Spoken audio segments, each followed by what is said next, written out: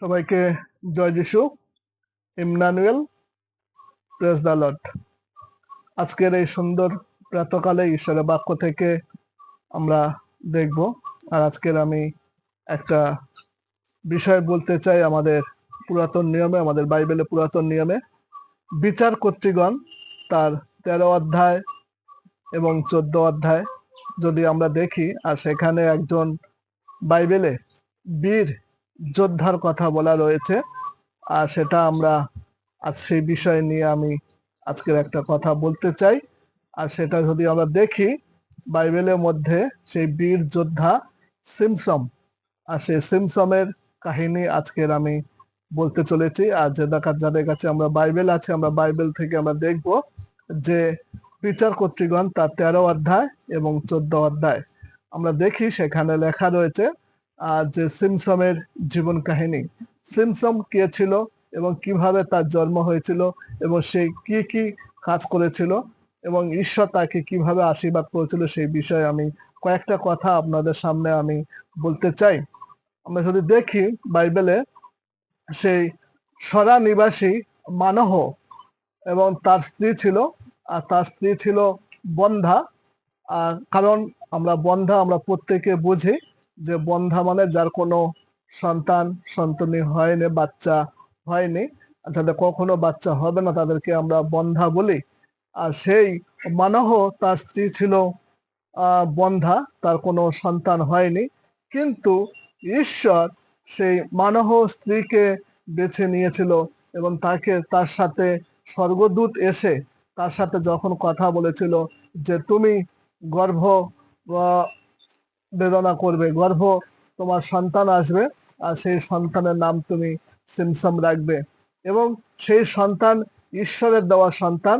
সে সন্তান কখনো চুল কাটবে না, কখনো নাড়া হবে না, কখনো মদ্যপান করবে না, কখনো ব্যভিচার বা কোনো নোংরামি কাজ করবে না। এই কথা স্বর্গদূত সেই সিমসমের মাকে, অর্থাৎ সে মানহ স্ত্রীকে বলেছিল। আর মানহ স্ত্রী যখন সে তার স্বামীকে বলছিল যে আমার তো বাচ্চা হবে না, আমরা জানি সবাই, কিন্তু স্বর্গদূত দুজন ব্যক্তি এসে আমাকে বলেছিল যে তুমি সন্তান প্রসব করবে এবং তার নাম সিমসম রাখবে। আর সেই সিমসম আস্তে আস্তে তখন কি হলো, সেই সিমসমের মা, অর্থাৎ মানবের স্ত্রী, সেই পুত্র প্রসব করলো এবং তার নাম সে সিমসম রাখলো।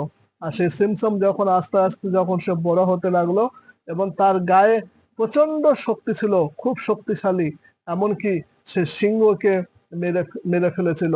আজকে আমরা কি সিংহকে মারতে পারবো? আমরা কখনো সিংহকে মারতে পারবো না। কিন্তু ঈশ্বর সেই সিমসমকে আশীর্বাদ দিয়েছিল, যে আশীর্বাদ দেওয়ার পরে সেই সিমসম সেই সিংহকে মেরেছিল, কারণ তার গায়ে প্রচন্ড শক্তিশালী ছিল, তার প্রচন্ড ক্ষমতা ছিল।